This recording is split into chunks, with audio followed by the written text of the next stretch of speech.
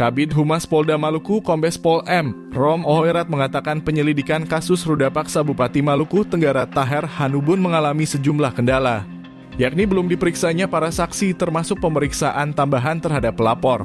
Pasalnya mereka tidak penuhi undangan wawancara yang kerap dilayangkan penyidik. Penyidik mengalami kendala yakni belum pemeriksaan psikiatrum lanjut terhadap pelapor dan juga para saksi, kata Ohoirat kepada awak media Kamis 14 September 2023.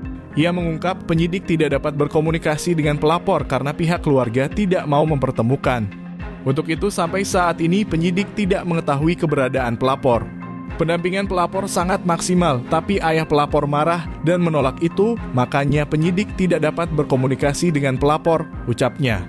Rom mempertegas, sedari awal Polda Maluku ingin mengungkap kasus ini secara terang benderang. Hanya saja pelapor telah melayangkan surat pencabutan laporan. Kasus ini jadi atensi Polda, makanya harus ditindaklanjuti secara terang benderang. Tapi pelapor mencabut laporan, tandasnya. Menteri Pemberdayaan Perempuan dan Perlindungan Anak P3A, Bintang Puspayoga mendukung Polda Maluku untuk tetap melanjutkan penyidikan atas kasus dugaan tindak pidana kekerasan seksual yang dilakukan Bupati Maluku Tenggara, serta dikenakannya UU tentang tindak pidana kekerasan seksual. UU TPKS tidak memungkinkan adanya upaya proses damai yang ditawarkan oleh pelaku. Kami mendukung penuh atas kebijakan Polda Maluku yang tetap melanjutkan penyidikan terhadap pelaku. Jika saat ini ada informasi tentang pencabutan laporan oleh korban, kami berharap agar penyidikan bisa tetap dilanjutkan karena aparat polisi sudah memiliki bukti pemeriksaan sebelumnya. UU TPKS hadir sebagai bukti negara serius melindungi para korban kekerasan seksual khususnya kelompok rentan perempuan dan anak-anak. Ancaman pidana UU TPKS terhadap pelaku sudah tepat, tegas Menteri P3A dilansir dari laman resmi kemenpa.go.id Kamis 14 September 2023.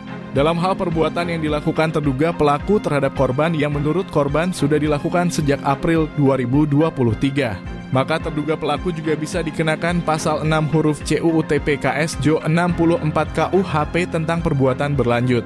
Berdasarkan informasi yang dihimpun Kemenpa, lanjut dia, hasil koordinasi dengan Polda Maluku, bahwa benar pada April 2023 terjadi tindak pidana kekerasan seksual yang dilakukan oleh Bupati Maluku Tenggara terhadap korban TSA 21 tahun yang merupakan karyawan kafe. Pada 1 September 2023, kasus diproses oleh penyidik Reskrimsus Polda Maluku.